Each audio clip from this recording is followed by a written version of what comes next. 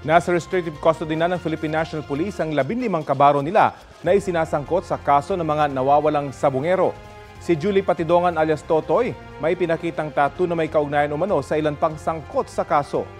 Balitang hatid ni Ian Cruz. Ipinakita sa akin ni Julie Dondon Patidongan alias Totoy ang tattoo niya ni San Miguel Arcangel na nasa may likod malapit sa batok. Ayon sa kanya, nasa 20 raw silang may kaparehong tattoo. Tanda umano ng kanilang malalim na samahan ng mga anyay may kinalaman sa missing sabongeros. Pero may ibang miyembro raw na pinabago na ang tattoo. Yung tattoo dito, yung sa amin, alam na ng ano to, yung Arcangel, yung grupo na yan, may mga tattoo lahat yan.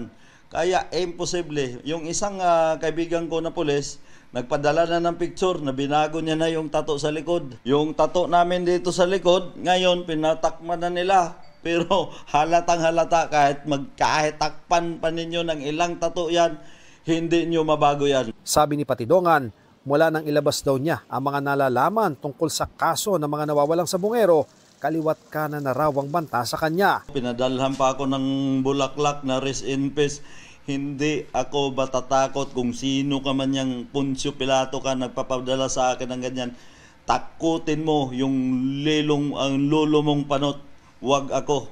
Handa na raw ang kanyang salaysay pero may inaayos pa bago isumite sa Department of Justice. Yung pidabit na yan, nandyan na yan. Katulad nung sinabi ko na nakaraan, kulang pa talaga. Pero mag-antay ka, Mr. Atong Ang. Bumaliktad na lahat. Yung mga apidabit ko na yan, alam kong may kopya na si Mr. Atong Ang yan, pero hindi ko pwedeng ibigay ang lahat ng detalye niyan. Wala pang bagong pahayag si Atong Ang, pero nauna na niyang itinanggi na may kinalaman siya sa kaso.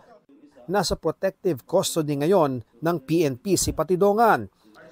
Habang ang 15 pulis na dinadawit sa kaso, nasa restrictive custody sa Camp Crame.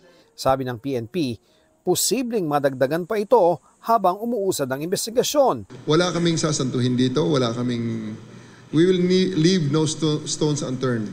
Ayon kay Police General Nicolas Torre III, bago pa man siya maging PNP chief, lumapit na sa kanila si Patidongan. Sa ADG pa ako na sinimulan nito.